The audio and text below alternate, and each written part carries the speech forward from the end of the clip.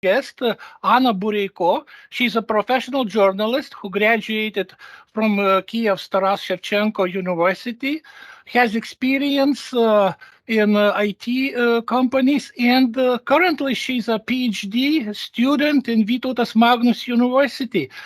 And our topic today is Western business traces in Russia, regardless the war, regardless sanctions, and Russian business traces in Europe. Paradoxes. I remember that after Maidan, when Yanukovych was overthrown by the Ukrainian Maidanian uprising or Maidan revolution success, when the new president of Ukraine was elected, Poroshenko. And then in revenge, Russia organized the war in eastern Ukraine. They claimed the Donetsk Republic. And in spite of that, Poroshenko continued his chocolate business in Russia. So my question is, do we still have such paradoxes even today when the war is happening every day? Do we have any Ukrainian businesses in Russia? Do we have gas supply somehow because of Russian gas? What do you think about such paradoxes? Do you know any more? Yeah, unfortunately, I know that it's really paradox that now Ukrainian companies that it was another one research and news that I know that 20,000 companies in Ukraine have Russian trace. So it could be one of the beneficiary owners, has some connection in Russia, and etc. It's also not good news for Ukrainians, and some of these companies included into financial industrial groups. If you know what I mean, it's a big holdings. It could be the different companies, but they have the main person. It also could be some oligarchs, and in these financial industrial groups they have influence. So yeah, and but we see that Ukrainian companies they want to not to work with the Russian Federation, and we know that Ukrainian brands they stop doing business with Russia. Do you know any specific cases? Some names of such companies, or names of oligarchs who continue business with Russia? Like for example, Kaunas mayor Mažeikis continues his fish business. He produces imitation of crabby meat, and he continues his business in Russia. He has not withdrawn. Nevertheless, he is the mayor of Kaunas, who is supposed to symbolize Lithuanian as patriotism, big support for Ukraine. So here's our paradox. And do you have any names of Ukrainian oligarchs who, with their business, still continue partnership with Russia? About the oligarchs, maybe not, but I remember the popular and famous case of Ukraine that in the center of Kiev, there is a big shopping mall, Ocean Plaza, and this shopping mall was under Russian beneficiary owner, and now it became to nationalization, yeah, and I forgot the name Ukrainian organization, but now this shopping mall has Ukrainian. It's not jurisdiction. Has Ukrainian directors, something like that. But in the history, it was it has Russian beneficiary owners. And another one, Ukrainian brand, which was under Russian oligarchs. So it's, if you know these oligarchs, Mikhail Friedman and Gennady Giner. So these people are under sanctions, and they had business in Ukraine.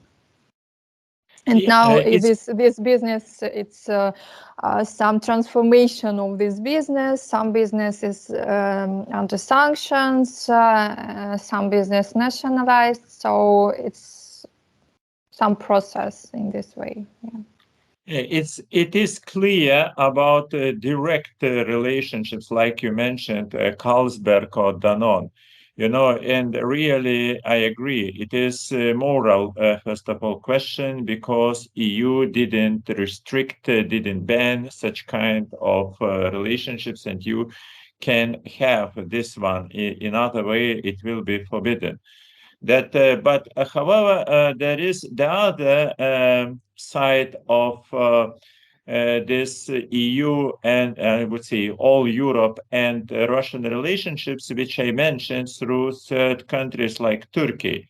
Last year, World Bank counted that approximately $6 billion turnover was happening on this gray market through Turkey and similar countries, or Kyrgyzstan or Kazakhstan, which they, for example, Great Britain do business together with Kazakhstan and Russia oil business, you know, or gas business. This is third countries. They didn't show directly that they have common property with Russia, you know. They have through some proxy companies, so-called.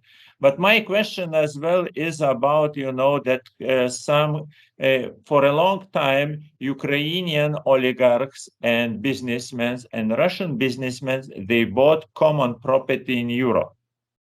I mean, not in Ukraine, and I'm not talking in Russia as well, but somewhere, you know, in Switzerland, they invested, or they invested some Italy, you know. And now it's not questioned so clear like with Poroshenko or Lithuanian mayor, because it's not about, you know,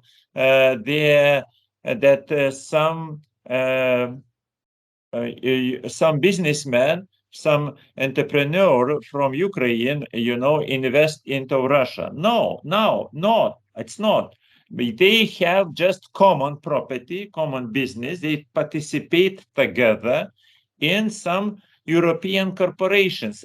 You know, they have some kind of part of capital in this corporation. And the question is, do you consider such collaboration through third companies in Europe between Ukrainian and Russians, you know, as ethical and moral, or should these businessmen leave such kind of companies? I would like, as an example, to present Ukrainian sport legislation. You know that at the beginning, Ukrainian sport committees decided that Ukrainian sportsmen have no right to participate together with Russian in the same competition, you know. But now, later, they changed the situation. They say that they didn't need just to, you know, to say hello. Not it means they there are some conditions. There are some conditions. Moral, no handshaking. No hands. Yeah. No hands. No. You know. not to participate in any celebration with them, official celebration with them.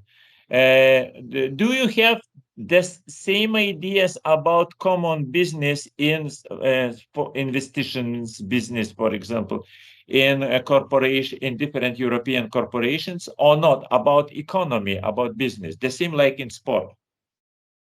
Mm-hmm. It's a good question. If we are talking about European business, for example, so we recommend not doing business with Russian companies and check the company and the person using digital tools. And if you're checking some company or some person, you could see the risk connections, the risk countries, for example, Russia or Iran, or etc. These countries who support Russia in the General Assembly.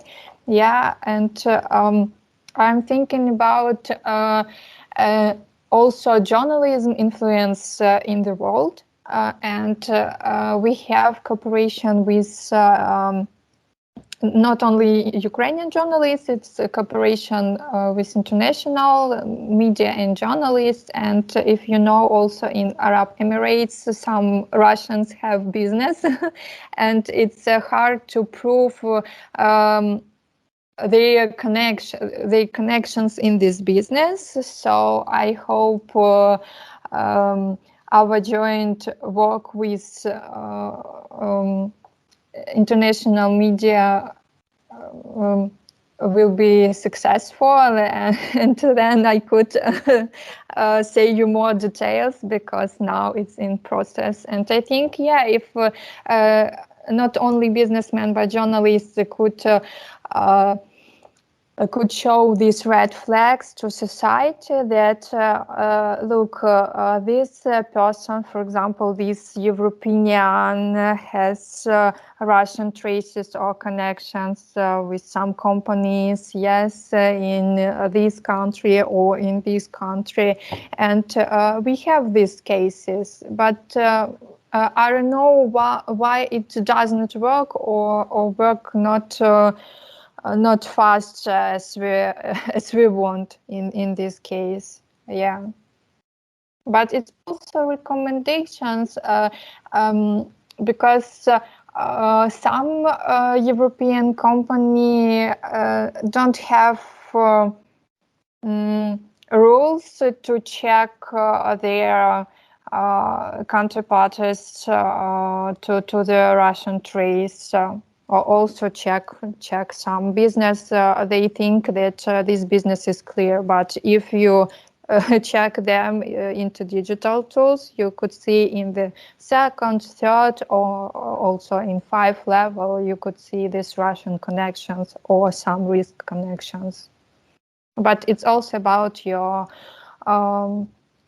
reputation and your financial influence or financial growth in the company. Yeah, because it's risks.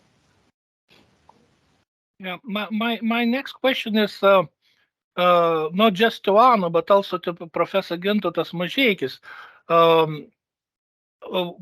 In a way, what we're discussing leads to the question why actually Russian economy did not collapse, even though it was predicted that because of sanctions, continuous sanctions, the Russian economy will not survive at least half a year when the war started. That was the prediction. Just wait half a year and you will see the result.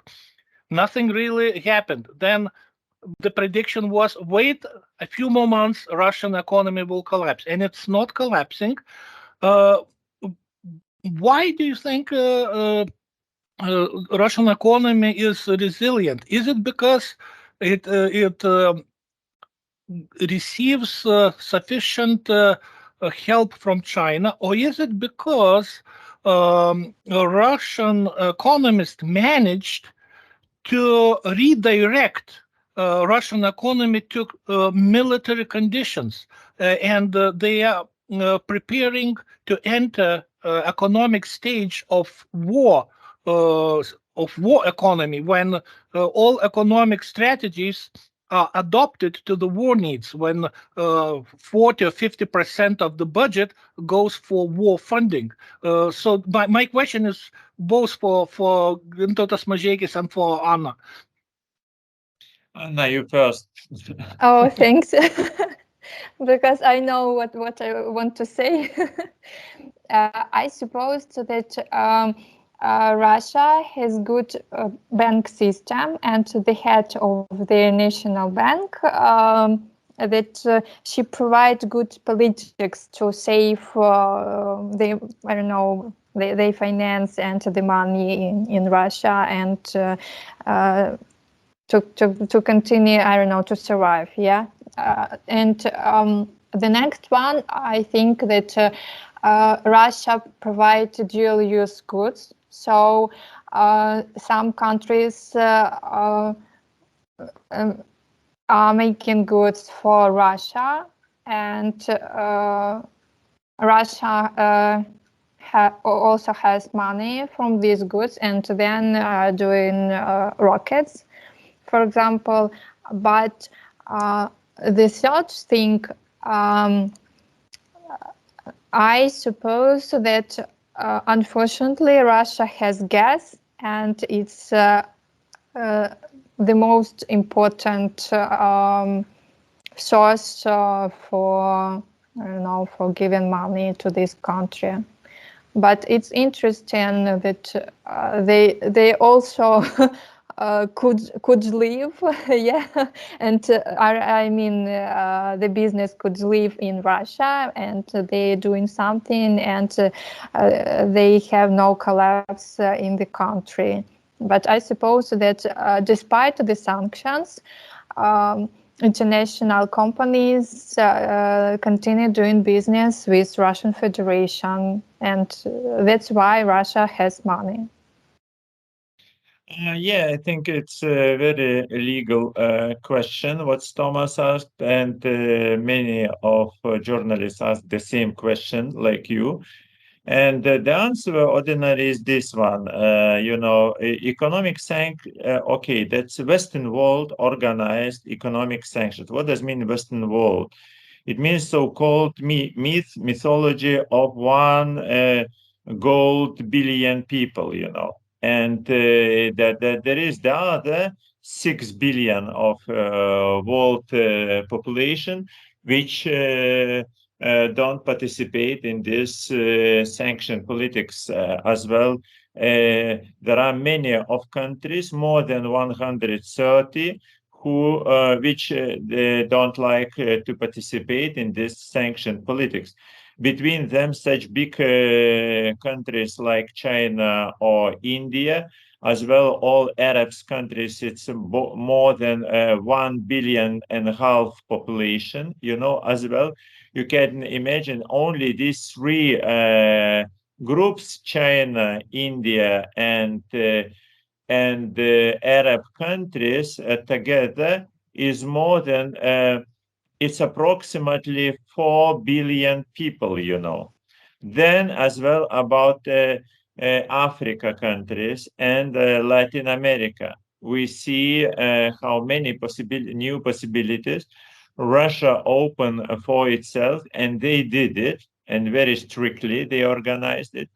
And all these sanctions means the only one, that Russian economy lost technological possibilities of development, not the economic development, but technological growth and development. I mean, approach to contemporary military and first of all military technologies or related military to military technologies. It means that they have some difficulties, restrictions, and they and Russia grows slower than in previous years. and this technological side especially helps for Ukraine, in this military fighting in this war against Russian aggression. However, what's happened in this so-called high technologies, this is why I mentioned this growth of gray market. This is difference between black market and gray market. Black market, it's about drugs, first of all, or prostitution, or human that's human traffic, so-called. This is black market. And gray market, it's half forbidden, half not. If for example, if this EU or United States can sell for Turkey, or Turkey for Kyrgyzstan, Kyrgyzstan can sell everything for Russia, Just what happens in this the only price. The only price for Russia, they should pay twice or three times more price. It's good, for, I would say, for Ukraine, that they pay twice more than in a way, it's not a good benefit for Russia to pay so many money. And, but in a way, this is the problem. As well, the problem is that they started to trade, to use Chinese or India currency for trade purposes, There we see as well huge problems for Russia economy, This orientation on gray market means that gray market's half legal, half not, You never know what's happened at the end. It's not the best for the free development of your country and market. I mean that these probably sanctions give some chances for Ukraine, but it was not solution of the problem. As military as well, limited supporting of Ukraine doesn't help, for the victory of Ukraine. We see this problem. The same is about economy. This half sanctions, half solutions, half moral, half ethics, What's going on in Europe, and we see that we have no possibilities to solve these problems, because Europe start to be more interesting, even or Western world start to be interesting even more, for example, in Arab-Israel conflict today, but not in Ukraine. Because, this is again a new problem, but media problem, media interest problem, media business problem. So we see the news are not so good as we like to have, but in any way, we need to analyze what's going on and what kind of diplomatic steps Ukraine and EU can. Opinion, my own social mission, I share information about Ukraine. I share information for international journalists. I provide trainings how to use digital tools and to make investigations. Yes, and how these tools helps in journalistic investigations, and so on and so forth. But what the other insights? I don't know what it could be, because Russia is also a big propagandist machine, and I think we must doing some resilience for to opposite of this machine of Russian propaganda. Let's ask Tomas, maybe because nobody asked you. Tomas, what's your opinion? What we can do? What can be added to these actions, what Anna mentioned, to change the situation with these sanctions, which don't work, with this military support, which is not enough. This is diplomatic actions, which sometimes don't work as well. Or not works not correctly. What's your opinion about this, stagnation, contemporary stagnation of the war? My opinion is very dangerous and scary. I wish you did not ask. I think that Putin appeared to be evil genius. All these predictions, that as soon as Kherson will be taken by Ukrainian army, Putin's authority will collapse, and the war will be won by Ukraine. Nothing is happening for various reasons, which we have discussed, and gray market and resilience of Russian financial world. And my opinion is very dangerous. I think that the United States should show leadership for NATO and should attack and start the war with Russia. Not necessarily immediately in the Russian territory, but to use its aviation, its NATO aviation power within a week to bombard everything that Russian army has occupied in Ukrainian territory. To take 1 or 2 weeks to use aviation together with Ukrainian military. Because without aviation, without that strong NATO power, this war may go on and on and on. And now Israel immediately got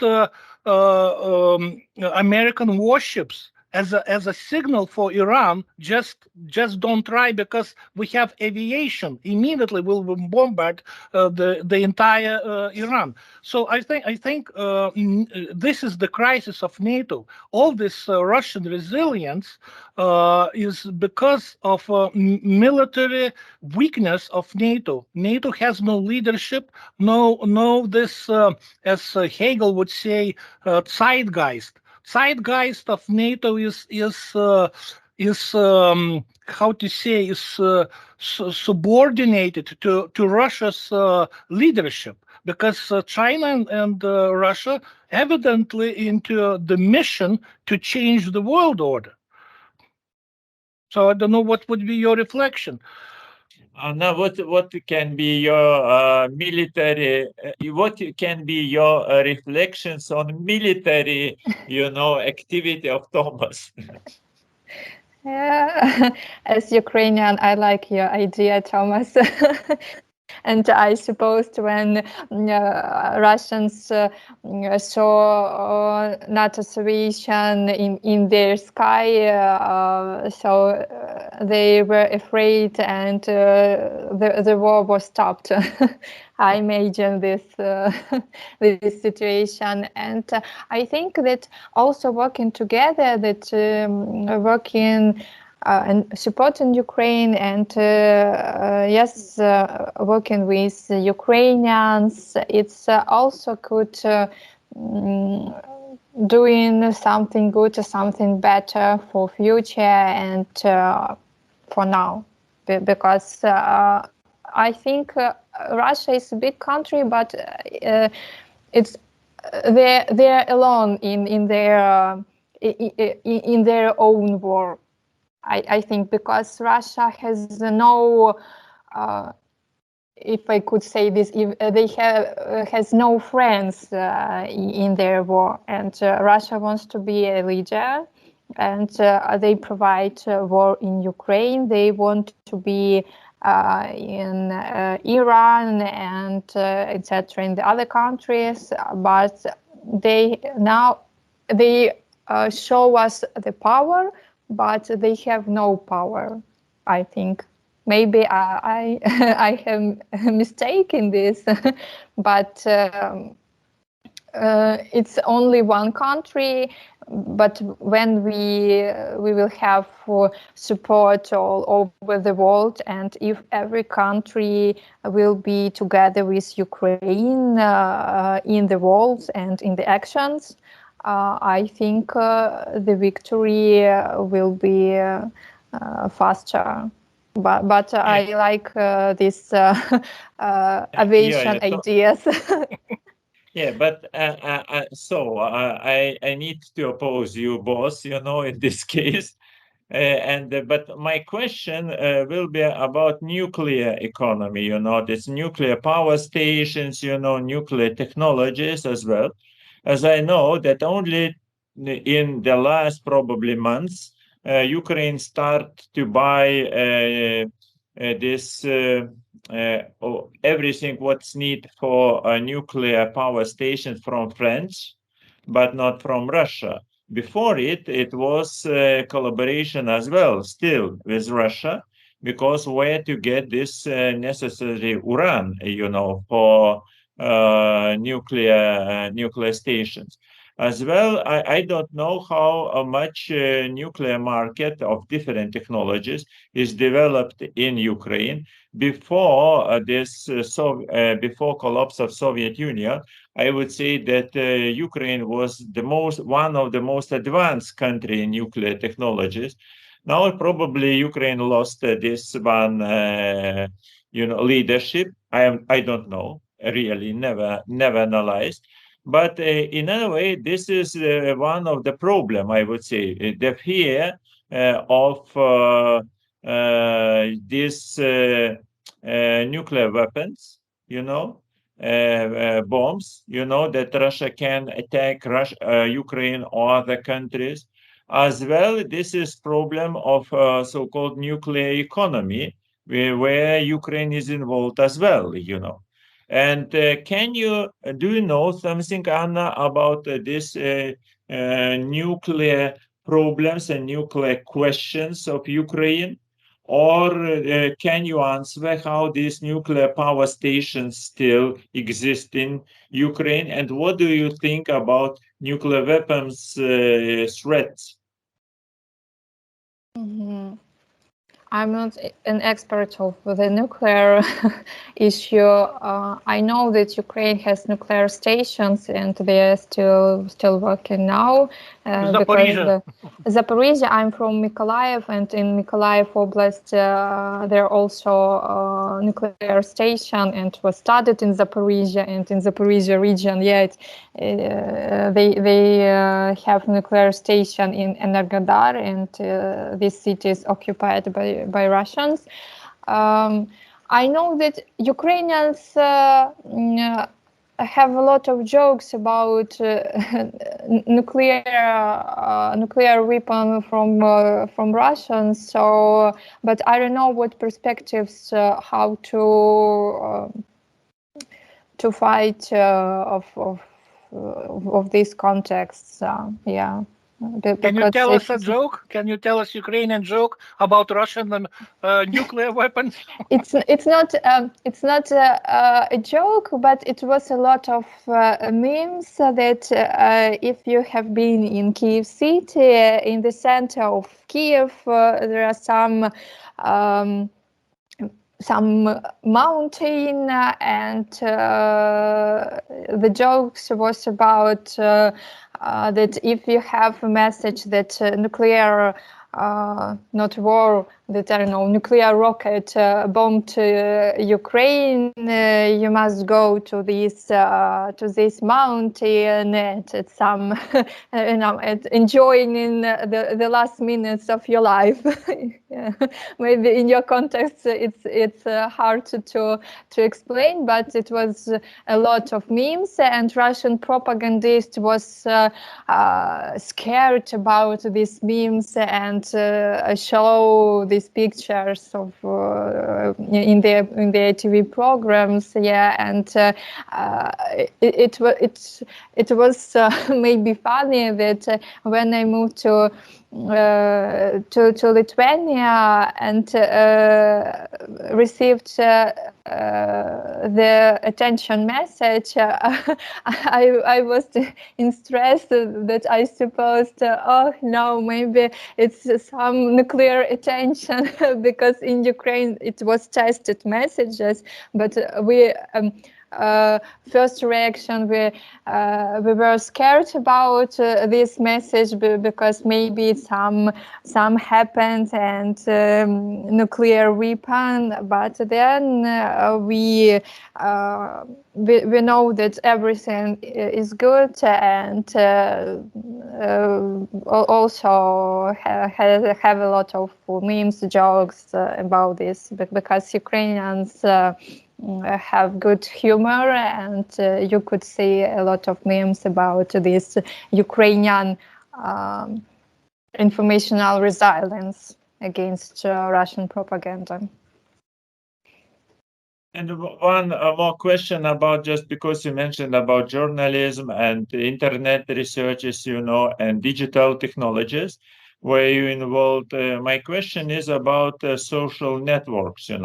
Actually, we know about American owners of these networks, Twitter or Facebook or different others. But we less discuss about Russian roots of some networks like Telegram channel, or for sure propaganda social network Vkontakte.ru, or the others. And there I don't see Ukrainian trace, that you can produce or suppose something, or what to do here. What's your opinion about contemporary condition of social networks, and how they are dangerous or vice versa purposeful? For me, social media, it's a good source to protect us, and Ukrainians use social media as well as possible. And you mentioned Telegram. In the first day in the full-scale invasion, I think it's Ministry of Digital Transformation. They created Telegram chats, and you could help your country. This chat, it was about IT army and the other armies, and you see the messages. For example, one of the message, it was to show in the Google Maps, not to show, to add in the Google Maps photos of Russian soldiers, the died Russian soldiers, when you click to some Russian restaurant, I mean in Russia, for example in Moscow, etc., etc. And then Google Maps blocked some functions because it was a huge influence of these activities. And you also could do DOS attacks to ministry, some kind of ministries in Russia. And it's good when different people could be united in one goal. So it also we have how it calls, maybe creative armies. So we have many armies, or informational army in Telegram. So in this way, but if you mean some Russian influence in social media. Sorry. I mean that Pavel and Nikolai Durov, two Russians, are owners and creators of Telegram technology, and they have all the, passwords, to all your information about what you are doing, I'm not scared about this, but yeah, if you know the politics of the social media, if you know it's for me, it's obviously, if you don't want to share the information in Telegram, you could not do this. But it's a source, it's an instrument to share your own ideas or some informational war tools, how to say this, yes, and it's like informational operation. So you could use Telegram, why not in this way? But yes, I know that Telegram it's social media that has Russian roots, but on the other hand, Ukrainian SBU, yes, this official, how would say, official department, yes, they have account in Telegram. So what we could manage. If you could fight with your opponents using their own tools, why not? Thank you very much, Anna, for participation, for your answers, and also thank you very much to Gintautas Mažeikis for his participation and insights. And hope we will meet again with Anna for discussions on these matters. Thanks. Thanks for